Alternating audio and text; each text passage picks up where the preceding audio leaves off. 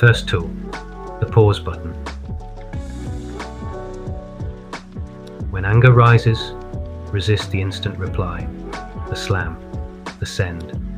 Instead, breathe, count to 10, splash water on your face. Give the cortex a chance to re-engage. Even a few seconds can prevent hours of regret.